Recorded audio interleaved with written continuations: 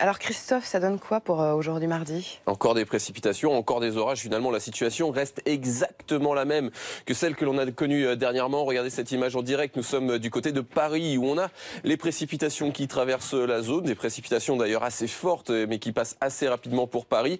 On a toujours un département placé en vigilance orange. Il s'agit du département de l'Eure où on a eu énormément de précipitations lors des dernières heures. Et surtout, la pluie que l'on a actuellement sur l'Île-de-France va se diriger une nouvelle fois vers ce département. Toujours ce flux de sud qui nous apporte toute cette instabilité, les nuages et les orages plus forts, bien entendu, vers l'Île-de-France, comme je vous le disais. C'est passé du côté de la Bourgogne, c'est sur l'Île-de-France actuellement. Et vous le voyez, la trajectoire, ça va droit vers le département de l'Eure où on a déjà eu des inondations.